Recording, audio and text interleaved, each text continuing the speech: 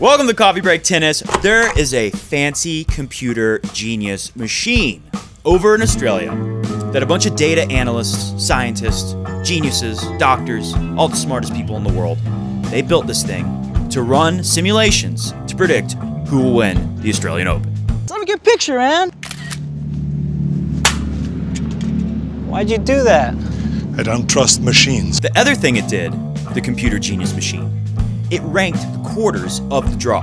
So, all of you out there who commented below and said, Rafa's got an easy draw again, the draw's rigged, Roger's got the hardest draw. Guess what? You're all as smart as a fancy computer genius machine because the computer genius machine in Australia said that Roger's quarter is by far the most difficult and Rafa's the easiest. Go figure. So, in my hands, Game Insights, Federer's Quarter of Pain. This is from AUSOpen.com, abbreviated for Australian Open. First, let's go to the last page so I can tell you guys what exactly this thing is. Dr. Stephanie Kovalchik is a senior data scientist for the Tennis Australia Game Insight Group, or GIG, G-I-G. The Game Insight Group is an elite team of data, analytics, and sports science experts headed up by former high-performance manager Dr. Makar Reed. Okay, so what does it say? Put it on the screen. Men's championship prediction. 38.9% chance Roger wins. 20% Djokovic. 8.4% Nadal. 7.1% Del Potro, and then after Del Potro, I think it was 4% for Dimitrov and a 3.1% for Kyrgios. So those are the top 6 most likely guys to win the Australian Open. How do they do this? And by the way, did you guys notice? Roger, overwhelming. Another weird thing, Djokovic more than twice is likely to win than Nadal. That right there makes me question this genius machine, because how the heck does it know what Djokovic is going to do? Using thousands of circuit packages like this, the world's fastest and most powerful computer takes shape.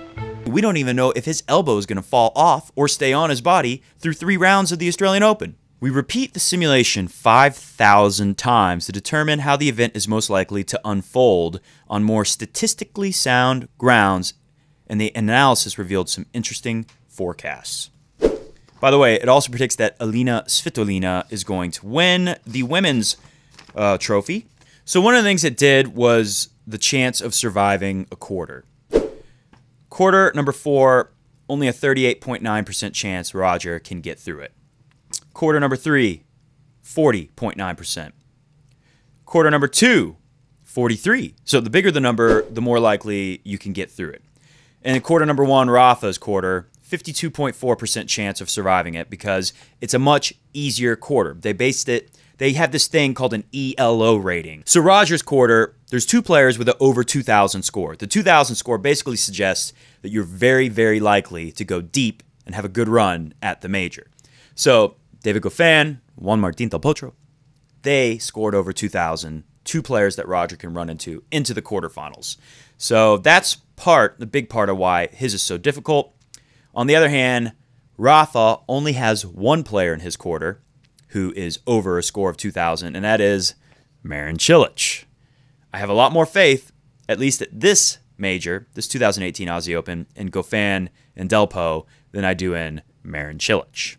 So let's talk about, should we believe this machine that tells us Roger's going to win again? Hey, I'd like to. Hey, sound good to me! How does it get this? ELO is a calculation of a player's quality, capturing not only their win-loss record, but the quality of those wins and the closeness of those losses. Meaning if you play a really good player tough and you lose in a close match, you still get a high rating.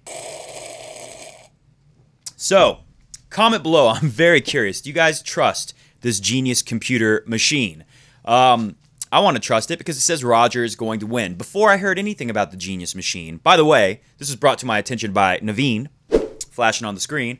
I woke up this morning with Mr. Goat to the tweet from Naveen with this awesome thing. So hey, if you guys want to tweet me stuff like Naveen so kindly did this morning, interesting articles like that, anything you stumble upon that you think I need to know that I should talk about on the show, tweet it at me at Coffee Break, T-E-N-S, just like Tie Break 10s, at Coffee Break 10s, and I'll try to work it into the show Naveen hit a home run this time because that was a really interesting article in my opinion. If I was going to have the ELO machine run some genius analysis of it, I would give it a 99% chance of making it onto the show. Anyways, did you see the picture of me and Mr. Goat? Take a look at that.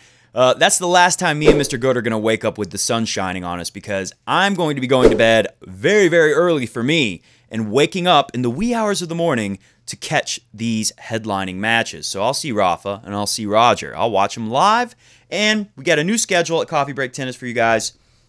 During the Australian Open, every day, I'm going to do my best to get the videos out at 11 a.m. East Coast time here in the USA. So if the match finishes, if it starts here at 3 a.m. and it finishes at 7 a.m., that gives me 4 hours to make a video, edit it, and then wait for my slow computer to export it in about 90 minutes, 2 hours time.